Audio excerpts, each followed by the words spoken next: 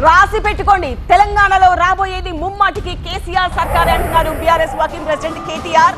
GHMC ఎన్నికల నుంచే విజయ దుందుబి మోగిస్తామని స్పష్టం చేస్తున్నారు. గ్రేటర్ హైదరాబాద్ లో ప్రతి కార్యకర్తకు తాను అందుబాటులో ఉంటా అంటున్నారు కేటీఆర్.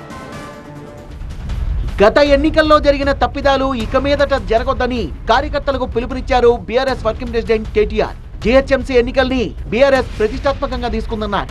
కాంగ్రెస్ ప్రభుత్వం గ్రేటర్ హైదరాబాద్ ప్రజల్ని హైడ్రా పేరిట భయపెడితే వారికి అండగా ఉన్న పార్టీ బీఆర్ఎస్ అని, పేదల ఇళ్లు కూలగొట్టి వారిని రోడ్డు మీద పడేసినప్పుడు తామే ఆదుకున్నామన్నారు. అందుకే బల్దియా ప్రజలంతా బీఆర్ఎస్ వైపు చూస్తున్నారన్నారు కేటీఆర్.